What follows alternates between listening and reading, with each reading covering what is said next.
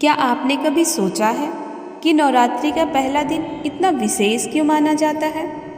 क्यों कहा जाता है कि अगर इस दिन सच्चे मन से माँ को याद कर लिया जाए तो माँ स्वयं भक्तों के जीवन से दुखों का अंधेरा दूर कर देती है। कहते हैं नवरात्रि का पहला दिन केवल एक पर्व की शुरुआत नहीं होती, यह उस दिव्य शक्ति के आगमन का संकेत होती है जो भक्तों के जीवन में साहस, शांति और सुख लेकर आती है। और पहले दिन हम पूजन करते हैं माँ शैलपुत्री का, जो पर्वतराज हिमालय की पुत्री है और जिनके चरणों में पूरे ब्रह्मांड की शक्ति समाई हुई है। जो भी भक्त नवरात्रि के पहले दिन सच्चे मन से माँ शैलपुत्री की कथा सुनता है, कहा जाता है माँ उसके जीवन की राह से बाधाओं का पहाड़ भी हटा देती है। तो आइए भक्ति और विश्वास के साथ सुनते हैं माँ शैलपुत्री की पावन और सच्ची कथा। माँ शैलपुत्री का नाम दो शब्दों से मिलकर बना है, शैल अर्थात पर्वत और पुत्री अर्थात बेटी। इस प्रकार माँ शैलपुत्री का अर्थ है पर्वतराज हिमालय की पुत्री। माँ का वाहन है वृषभ यानी बैल। इसी कारण इन्हें वृषारूढ़ा भी कहा जाता है। उनके दाहिने हाथ में त्रिशूल होता है और बाएं हाथ में कमल का पुष्प। माँ का चेहरा इतना शांत और दिव्य होता है कि जो भी उन्हें एक बार देख ले उसका मन तुरंत ही भक्ति से भर जाता है। कहा जाता है माँ शैलपुत्री आदिशक्ति का पहला स्वरूप है और इन्हीं से नवरात्रि की शुरुआत होती है। बहुत समय पहले माँ शैलपुत्री ने सती के रूप में जन्म लिया था। उनके पिता थे राजा दक्ष प्रजापति। सती बचपन से ही भगवान शिव की परम भक्त थी। जैसे जैसे समय बीतता गया उनकी भक्ति और भी गहरी होती चली गई।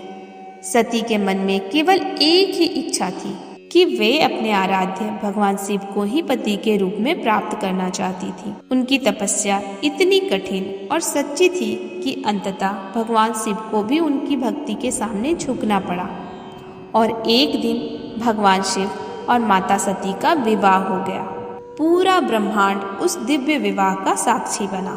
देवताओं ने आशीर्वाद दिया और चारों ओर आनंद ही आनंद छा गया। लेकिन सती के पिता राजा दक्ष को यह विवाह पसंद नहीं था।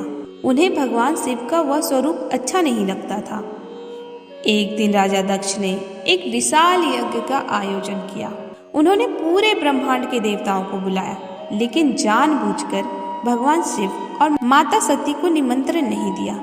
जब सती को यह बात पता चली तो उनका मन बहुत दुखी हो गया। उन्होंने भगवान शिव से कहा, स्वामी, वह मेरे पिता का घर है, मैं बिना निमंत्रण भी जा सकती हूँ। भगवान शिव ने उन्हें बहुत समझाया, लेकिन सती का मन मान नहीं पाया और वह यज्ञ में चली गई। जब माता सती अपने पिता राजा दक्ष के यज्ञ में पहुंची तो वहां का दृश्य देखकर उनका हृदय दुख से भर गया। चारों ओर देवता बैठे थे, ऋषि मुनि उपस्थित थे। यज्ञ की अग्नि प्रज्वलित थी, लेकिन उस पूरे स्थान पर भगवान शिव के लिए ना तो कोई आसन रखा गया था और न ही उनका सम्मान किया गया था। जब सती ने यह देखा तो उनका मन भीतर से टूट गया। उन्होंने अपने पिता से पूछा, पिताजी, आपने पूरे ब्रह्मांड के देवताओं को बुलाया, लेकिन मेरे स्वामी भगवान शिव को नहीं बुलाया। राजा दक्ष के हृदय में अहंकार भर गया था।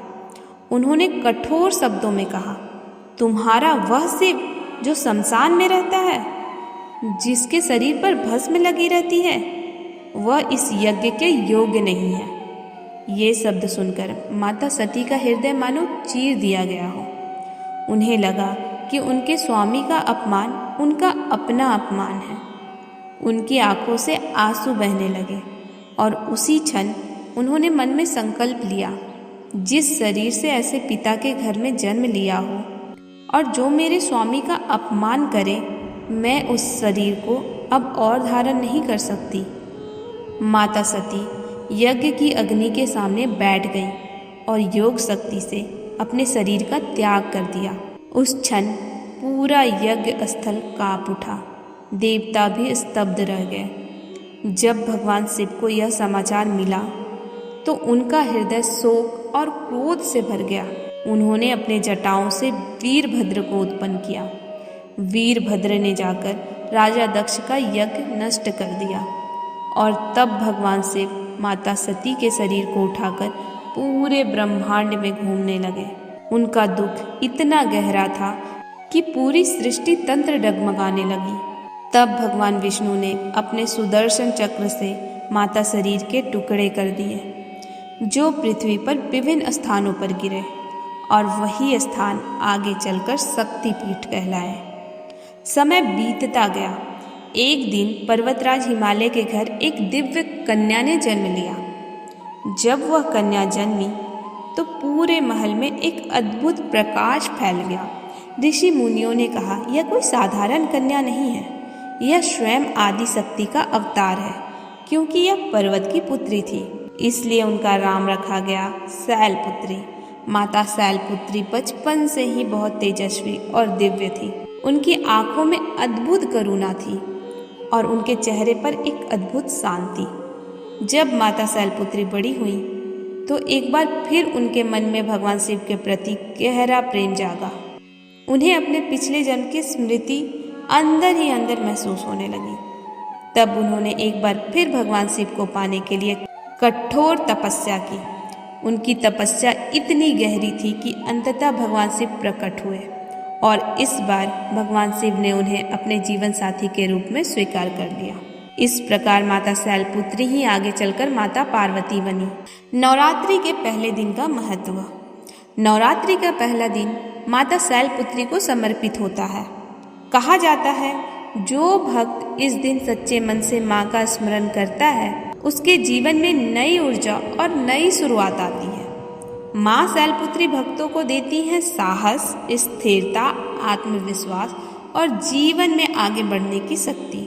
अगर आपके जीवन में भी कभी ऐसा समय आया हो जब सब कुछ कठिन लग रहा हो, जब सब रास्ते बंद लग रहे हों, जब मन में डर और चिंता हो, तो बस माँ शैलपुत्री को याद कीजिए, क्योंकि माँ पर्वत की पुत्री है और पर्वत की बेटी अपने भक्तों के जीवन से कठिनाइयों का पहाड़ भी हटा सकती हैं। इस नवरात्रि जब आप माँ शैलपुत्री के सामने दीपक जलाएं तो एक बात दिल से जरूर कहें, माँ मैं आपकी शरण में आया हूँ, मेरी जो भी सच्ची मनोकामना है उसे पूरा कर दीजिए और विश्वास मानिए, अगर आपकी प्रार्थना सच्ची होगी तो माँ आपको निराश नहीं करेंगी। हो सकता है यह नवरात्रि आपके जीवन में वह खुशखबरी लेकर आए जिसका आप लंबे समय से इंतजार कर रहे हैं, क्योंकि माँ अपने भक्तों के चेहरे पर मुस्कान देखना चाहती हैं। अगर आपको माँ शैलपुत्री की यह पावन कथा अच्छी लगी हो तो मेरे वीडियो को लाइक कर दीजिए, और अगर आप भी चाहते हैं कि माँ दुर्गा की ऐसी ही पावन कथाएं आपको रोज सुनने को मिले तो हमारे चैनल को सब्सक्राइब कर लीजिए, क्योंकि यहाँ हर कथा के साथ हम लाते हैं भक्ति, विश्वास और माँ का आशीर्वाद। जय माता दी।